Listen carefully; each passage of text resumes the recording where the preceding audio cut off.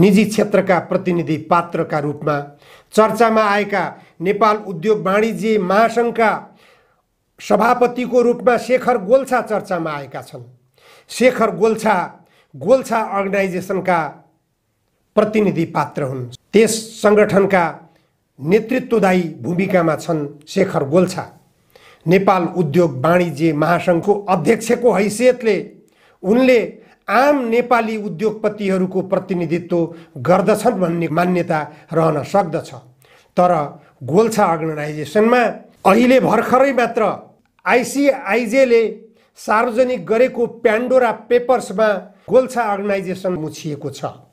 Golchha organisation Pandora पेपर्समा चर्चित भएपछि गोल्छा अर्गनाइजेसनका नेतृत्वकर्ता शेखर गोल्छा नेपाल उद्योग वाणिज्य महासङ्घका अध्यक्ष समेत रहेका व्यक्तिले एमसिसी सम्झौताको पक्षमा प्रेस विज्ञप्ति जारी गरेर सरकारलाई दबाब सृजना गर्नु आश्चर्यजनक विषय भएको छ।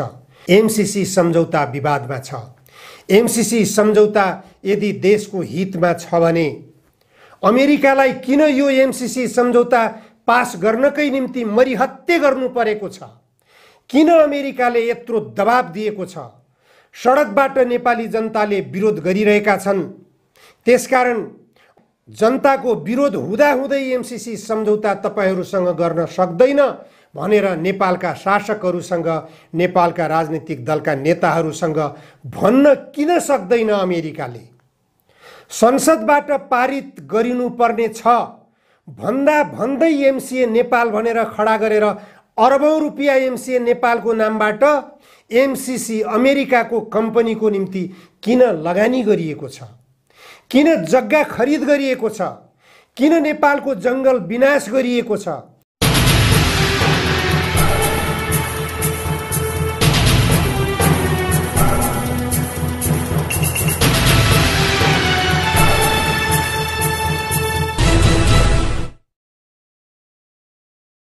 आजको जनचासोको 136 श्रृङ्खलामा जनधारणा खबरमा यहाँहरूलाई स्वागत छ। एमसिसी सम्झौता पारित गर्ने बारेमा सरकार निकै क्रियाशील हुन खोजेको छ। सरकारको मुखपत्र मानिएको गोरखापत्रले हिजोको आफ्नो अङ्कमा सम्पादकीय लेखेको छ। निजी क्षेत्रका केही उद्योगपतिहरूले संयुक्त रूपमा विज्ञप्ति जारी गरेर एमसिसी सम्झौताको पक्षमा आफ्ना धारणा सार्वजनिक गरेपछि त्यही उद्योगपतिहरूको धारणालाई आधार बनाएर गोरखापत्रले सम्पादकीय लेखेको छ। सम्पादकीयमा गोरखापत्रले लेख्नु भनेको सरकारको अवधारणा सार्वजनिक हुनु हो। सरकारको अवधारणा नबुझेर गोरखापत्रले सम्पादकीयमा यस्ता विषयलाई महत्त्व दिन सक्दैन भन्ने मान्यता रहँदै आएको छ। सम्पादकीयमा भन्न के खोजिएको छ भने इन्डो प्यासिफिक सामरिक रणनीति सुरु हुनु अघि नै एमसिसी सम्झौता भएको हो। यो कति अपरिपक्व दृष्टिकोण सम्पादकीयमा उल्लेख भएको छ। इन्डो प्यासिफिक सामरिक रणनीति सुरु हुनुभन्दा अघि एमसिसी सुरु भएको हो भन्ने कुरा सबैलाई जानकारी छ। तर एमसिसीलाई अमेरिकाले इन्डो प्यासिफिक स्ट्र्याटेजी मातहतमा राखेको छ भन्ने कुरा गोरखापत्रको सम्पादकले थाहा नपाउनु आश्चर्यजनक हो। अमेरिकाले एमसिसीलाई इन्डो प्यासिफिक स्ट्र्याटेजी अन्तर्गतको लगानी रणनीति हो भनेर स्पष्ट रूपमा भनिसकेको अवस्थामा नेपालमा हामीले बहस गर्नुपर्ने कुनै जरुरत छैन। हामीले बुझ्न मात्र के पर्दछ भनेदेखि एमसिसी अमेरिकाको इन्डो प्यासिफिक स्ट्र्याटेजी अन्तर्गतको हो। यो अमेरिकाको सुरक्षा रणनीतिसँग जोडिएको छ। यो अमेरिकाको युद्ध नीतिसँग जोडिएको छ। यो सँगै अमेरिकामा आयोजना भएको संयुक्त राष्ट्रसङ्घको महासभाको दौरानमा अमेरिका, भारत, जापान र अस्ट्रेलिया गरी 4वटा राष्ट्रहरू मिलेर क्वाड गठन गरिएको छ। त्यो क्वाडले स्पष्ट रूपमा आफ्नो लक्ष्य घोषणा गरेको छ। त्यो के त भने यो क्वाडको लक्ष्य चीनले इन्डो प्यासिफिक क्षेत्रमा आफ्नो वर्चस्व जमाउँदै गइरहेको हुनाले त्यसलाई निस्तेज गर्ने, त्यसलाई कमजोर बनाउने यो क्वाडको लक्ष्य रहनेछ भनेर घोषित रूपमै उल्लेख गरिएको छ। त्यसकारण पनि यो अमेरिकाको सुरक्षा योजनासँग जोडिएको छ भन्ने कुरा स्पष्ट हुन्छ। यो अमेरिकाको स्वार्थको कुरो हो। तर नेपालको स्वार्थको कुरातर्फ कमसेकम सरकारको मुखपत्रको रूपमा रहेको पत्रिकामा सम्पादकीय आउँदाखेरि यो सवालमा ध्यान दिनुपर्ने कुरा थियो। एमसीसी सम्झौतामा के लेखिएको छ? एमसीसी सम्झौतामा लेखिएका प्रावधानहरू नेपालको हितमा छन् कि छैनन्? नेपालको अहितमा छन् भने तिनी स्पष्ट रूपमा लेख्नु पर्दथ्यो। गोरखापत्रले जनतालाई वास्तविक कुरो जानकारी गराउनु पर्छ। जनतालाई सुसूचित गराउने जिम्मेवारी पत्रकारिताको हो। पत्रकारिताले जनतालाई गुमराहमा राख्नु हुँदैन। सरकारको गलत क्रियाकलापको आलोचना गर्न र सरकारलाई सत्मार्गमा लगाउन पनि पत्रकारिताले मार्गदर्शन गर्न सक्नुपर्दछ। सम्पादकीयमा लेखिएको छ, एमसीसीको बहसले निकै लामो समय लिइसकेको छ। परियोजना कार्यालयमा भइरहेका प्रशासनिक लगायतका खर्च नेपालले बेहोर्नु परिरहेको छ। कसले बाध्य बनायो नेपाल सरकारलाई यसरी खर्च गर्न? एमसीसी सम्झौता संसदबाट अनुमोदन नगरिँदै एमसीए नेपाल गठन गरेर प्रशासनिक खर्च त्यसमा लगानी गर्न भनेर कसले निर्देशन दियो? जथाभावी नेपालको राष्ट्रको ढुकुटीबाट खर्च गर्न नेपाल सरकारले किन तत्परता देखायो? एमसीए नेपालको नाममा खोलिएको कार्यालय 5 स्टार होटलमा किन राखियो? 5 स्टार होटलमा अमेरिकाको स्वार्थको निम्ति राखियो कि नेपाली जनताको आवश्यकता बोध भएर राखियो? यो विषयमा आलोचनात्मक टिप्पणी पनि गर्न सक्नु पर्दछ पत्रिकाको सम्पादकले। अगाडि भनिन्छ एमसीसी बारे लामो छलफल र अध्ययन भइसकेकाले अब निचोडमा पुग्नै पर्ने आवश्यकता देखिएको छ। राष्ट्रिय स्वार्थबाट हेर्दा यो सम्झौतामा मुलुकको स्वतन्त्रता, स्वाधीनता र राष्ट्रिय एकता कमजोर गर्ने खालको नरहेकाले राजनीतिक दल तथा सांसदले एमसीसीको पक्षमा आफ्नो अडान स्पष्ट पार्नु पर्दछ। मुलुकको स्वतन्त्रता, स्वाधीनता र राष्ट्रिय एकता कमजोर गर्ने खालको नरहेकाले यो सम्पादकीयमा लेखिएको शब्दले, यो सम्पादकीय लेख्ने सम्पादकले एमसीसी सम्झौता राम्रोसँग अध्ययन नगरेको कुरा स्पष्ट हुन्छ। एमसीसी सम्झौताका विभिन्न बुँदाहरू हेर्न जरुरी छ। एमसीसी सम्झौतामा लेखिएका शर्तहरू र नेपालको कानुन बाझिएको खण्डमा एमसीसी सम्झौतामा लेखिएका शर्तहरू लागू हुने छन् भनेर लेखिएको छ। यसले नेपालको स्वाधीनतामाथि के गर्यो? सम्मान गर्यो? स्वाधीनता क्षुण्ण रह्यो? स्वाधीनता सम्मानित रह्यो कि खतरामा पुग्यो? यो सम्पादकीय लेख्दाखेरि ध्यान दिनुपर्ने कुरा हो। यो सँगै नेपालले कुनै पनि परियोजना छनौट गर्दाखेरि भारत सरकारबाट सहमति लिनुपर्ने छ। यो नेपाल सार्वभौम सम्पन्न मुलुक हो कि होइन? सम्पादकीय लेख्दाखेरि एमसीसी सम्झौतामा उल्लेखित यो धारातर्फ ध्यान पुर्याउन जरुरी छ। नेपालले योजना छनौट गर्ने बेला भारतको सहमति लिनुपर्ने आवश्यकता किन? एमसीसी सम्झौता मातहतबाट उत्पादन गरिएको ऊर्जा, विद्युत शक्ति भारतको गोरखपुरमा लगेर भण्डारण गरिने छ भनेर एमसीसी सम्झौतामा उल्लेख छ। यो राष्ट्रिय स्वाधीनताको पक्षमा छ कि विपक्षमा छ? गोरखापत्रका सम्पादकले बुझ्न नसकेको कुरा यो पनि देखिन्छ। गोरखपुरमा किन भण्डारण गर्नु पर्यो?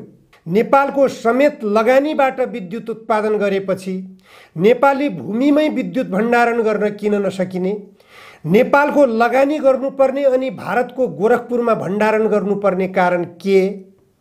यो विषयमा कमसेकम पत्रिकाले सत्य कुरा उद्घाटन गर्न सक्नु पर्दथ्यो।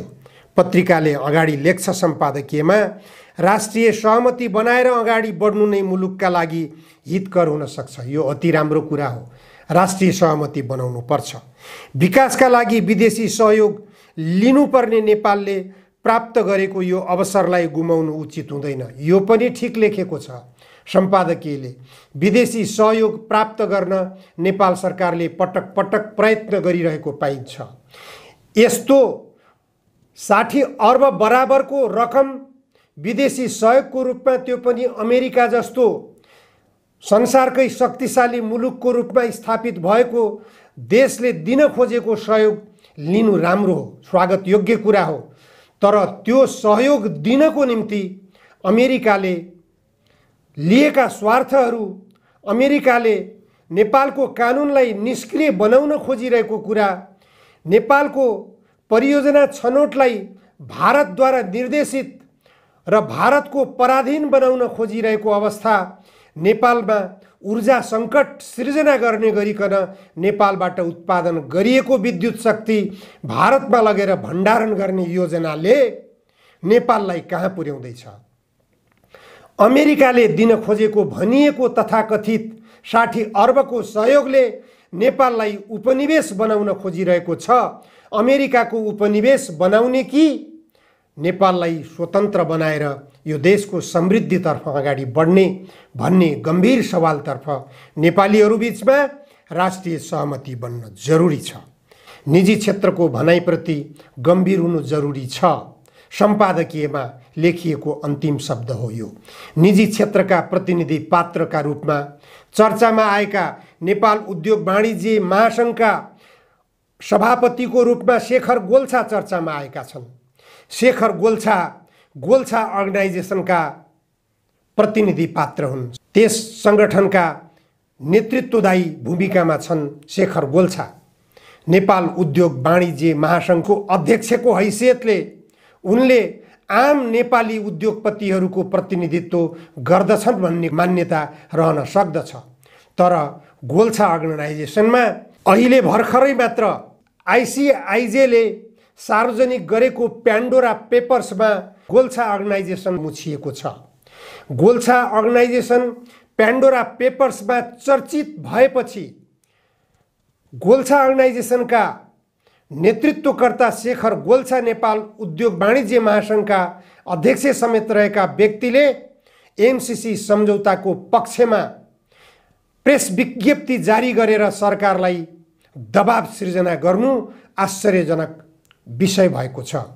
प्यान्डोरा पेपर्सले उल्लेख गरे अनुसार गोल्छा परिवारका केही सदस्यहरूले ट्याक्स हेभन मुलुक, कर पारदर्शिता नभएको ब्रिटिस भर्जिन आइल्यान्डमा आफ्नै नाममा कम्पनी खोल्ने, त्यसैबाट नेपाल स्थित आफ्नो कम्पनीमा प्रत्यक्ष वैदेशिक लगानी भित्र्याउने गरिएको भेटिएको छ।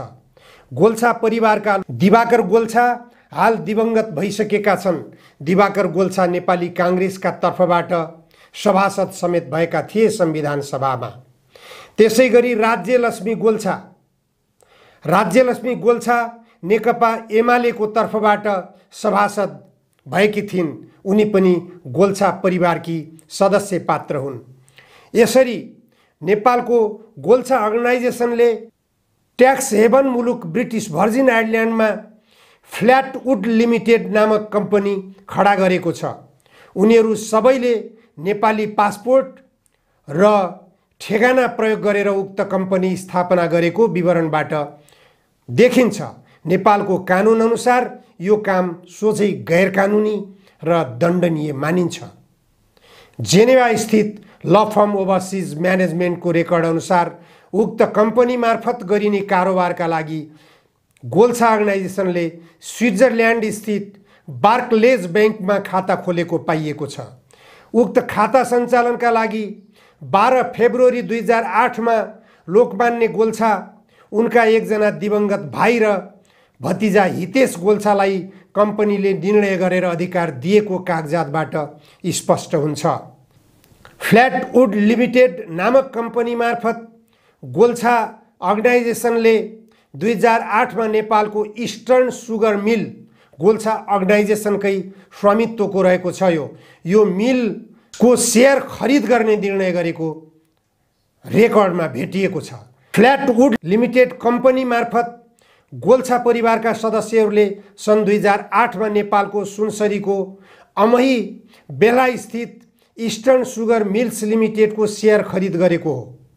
यो कम्पनीले मिलको 1317 किता सेयर खरिद गरेको पाइएको छ।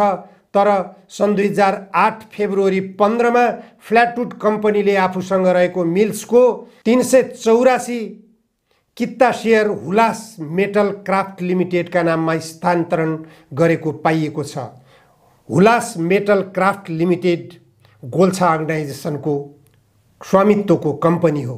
यस कम्पनीमा गोल्छा अर्गनाइजेसनका 18 जना सदस्यहरू संलग्न रहेका छन्।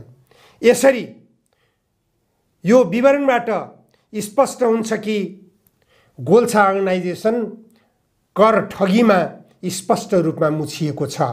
कर ठगीमा मुछिएर नेपालबाट कर ठगी गरेर अवैध रूपमा आर्जन गरेको सम्पत्ति लुकाएर ट्याक्स हेभेन मुलुकमा लगेर नक्कली कम्पनी खडा गरेर त्यहाँबाट फेरि कालो धनलाई सेतो बनाएर नेपालमा लगानी गर्दै आइरहेको कुरा स्पष्ट भएको छ। यो नेपालको कानुनले निषेध गरेको छ।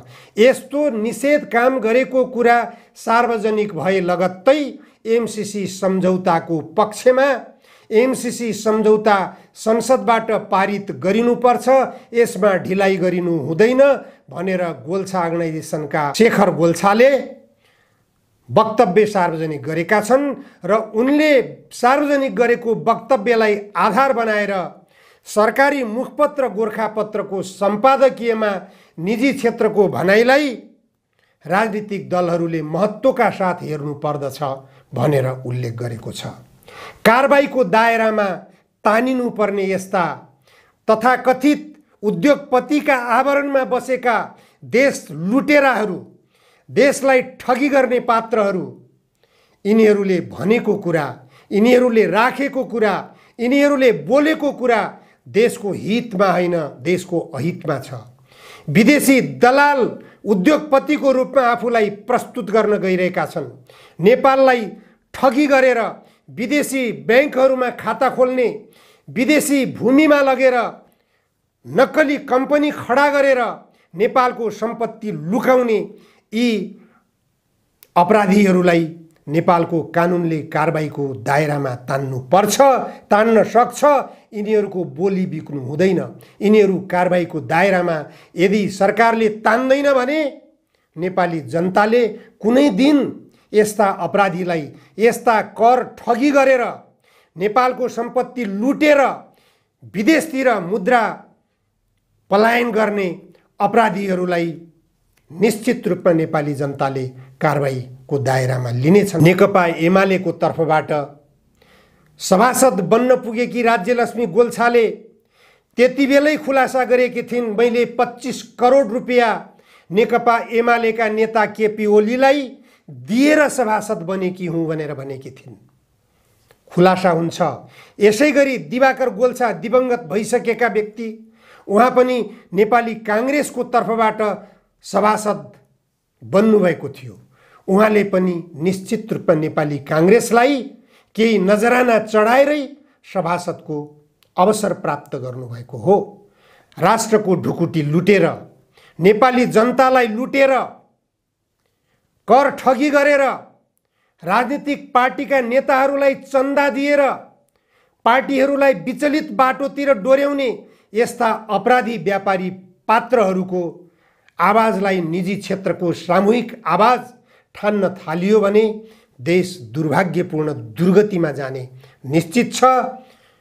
सरकारी मुखपत्रको रूपमा रहेको गोरखापत्रले पत्रकारिताको धर्म पनि निर्वाह गर्न सक्नु पर्दछ। पत्रकारिताको धर्म भनेको गलतलाई गलत भन्न सक्नुपर्छ, सहीलाई सही भन्न पनि पछि पर्न हुँदैन। यही गोल्छा अर्गनाइजेसनले सञ्चालन गरेको इस्टर्न सुगर मिलले किसानहरूलाई भुक्तानी गर्नुपर्ने रकम भुक्तानी नगरेर वर्षै पिच्छे किसानहरूलाई राजधानीमा आन्दोलित गर्न बाध्य बनाएको छ। त्यो आन्दोलनमा उत्रिएका किसानहरूलाई पटक पटक आश्वासन दिइरहेको छ, मैले भुक्तानी गर्ने छु भनेर इस्टर्न सुगर मिलले। तर अहिलेसम्म इस्टर्न सुगर मिलले किसानहरूलाई भुक्तानी गरेको छैन। उखु खरिद गरे बापतमा दिनुपर्ने रकम, उखु खरिद गरेर इस्टर्न सुगर मिलले आफ्नो आम्दानी गर्नुपर्ने गर्यो, राष्ट्रलाई तिर्नुपर्ने कर ठगी गरेर विदेशी भूमिमा लगेर नक्कली कम्पनी खडा गरेर देशलाई दोहन गरेको छ। यस्ता व्यक्तिहरूले बोलेको कुरालाई निजी क्षेत्रबाट आएको आवाज भनेर भनिन्छ भने यो समग्र सञ्चार जगतको निम्ति लज्जाजनक विषय हो। एमसीसी सम्झौता विवादमा छ। एमसीसी सम्झौता यदि देशको हितमा छ भने अमेरिकालाई किन यो एमसीसी सम्झौता पास गर्नकै निम्ति मरिहत्ते गर्नु परेको छ? किन अमेरिकाले यत्रो दबाब दिएको छ? सडकबाट नेपाली जनताले विरोध गरिरहेका छन्। त्यसकारण जनताको विरोध हुँदाहुँदै एमसीसी सम्झौता तपाईहरूसँग गर्न सक्दैन भनेर नेपालका शासकहरूसँग, नेपालका राजनीतिक दलका नेताहरूसँग भन्न किन सक्दैन अमेरिकाले? संसदबाट पारित गरिनुपर्ने छ भन्दा भन्दै एमसिए नेपाल भनेर खडा गरेर अरबौं रुपियाँ एमसिए नेपालको नामबाट एमसीसी अमेरिकाको कम्पनीको निम्ति किन लगानी गरिएको छ? किन जग्गा खरिद गरिएको छ? किन नेपालको जङ्गल विनाश गरिएको छ? यसतर्फ नेपालका राजनीतिक दलहरू गम्भीर बन्न जरुरी छ। एमसीसी को अनुदानलाई श्रीलङ्काले किन अस्वीकार गर्यो? बांग्लादेशले किन अस्वीकार गर्यो? नेपाललाई जबरजस्ती लदाउन किन अमेरिकाले खोजिरहेको छ?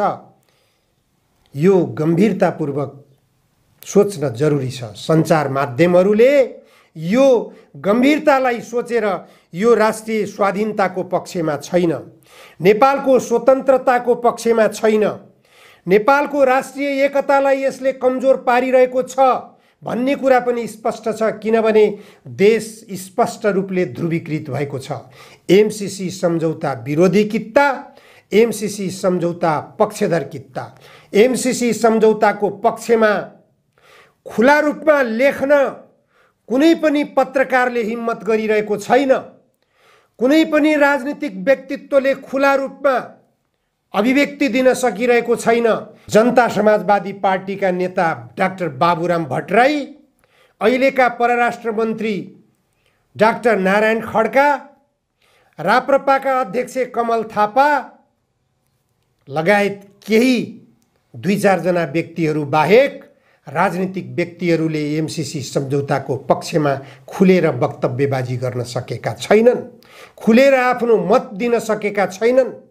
तर यो शेखर गोल्छा लगायतका 3 जना व्यापारीहरू, यिनीहरूलाई निजी क्षेत्रका प्रतिनिधि पात्र ठानेर निजी क्षेत्रको आवाज ठानियो भने त्यो सर्वथा गल्ती हुनेछ। त्यो राष्ट्रको अहितमा हुनेछ, त्यो राष्ट्रहित विरुद्ध हुनेछ, त्यो राष्ट्रघात ठहर्नेछ। राष्ट्रघात गरेको अभियोग भोलि नेपाली जनताले यी प्रतिनिधि पात्रहरूमाथि निश्चित रूपमा लगाउनेछन् भन्ने हेक्का नेपालका सञ्चार माध्यमहरूले राख्न जरुरी छ। एमसीसी सम्झौता नेपालको हितमा छैन। एमसीसी सम्झौताले नेपालको संविधानलाई निष्क्रिय बनाउन खोजिरहेको छ। यो नेपालको संविधानमा गन्तव्य समाजवाद भनेर लेखिएको छ। समाजवादलाई पछाडि धकेलेर देशमा अमेरिकाको उपनिवेश बनाउन खोजिएको छ। नेपाललाई अमेरिकाको उपनिवेश बनाउने, नेपाललाई अमेरिकाको युद्धभूमि बनाउने कि नेपाललाई गन्तव्य समाजवादको संवैधानिक बाटो समातेर वैज्ञानिक समाजवादतर्फ अगाडि बढाएर नेपाललाई समृद्ध बनाउने, त्यसतर्फ चिन्तन बनाउनु जरुरी छ। सञ्चार माध्यमहरूको दबाब, सुझाव यसतर्फ हुन जरुरी छ। राजनीतिक दलका नेताहरू, नेपालका राष्ट्रिय पुँजीपतिहरू सचेत भएर यस्ता राष्ट्रघाती दलाल उद्योगपति व्यापारीहरूका विरुद्ध आवाज उठाउन ढिला गर्नु हुँदैन। खबरदारी गर्न समयमै सकिएन भने भोलि पछुताएर केही प्राप्त हुने छैन। आजलाई यति मात्र। धन्यवाद।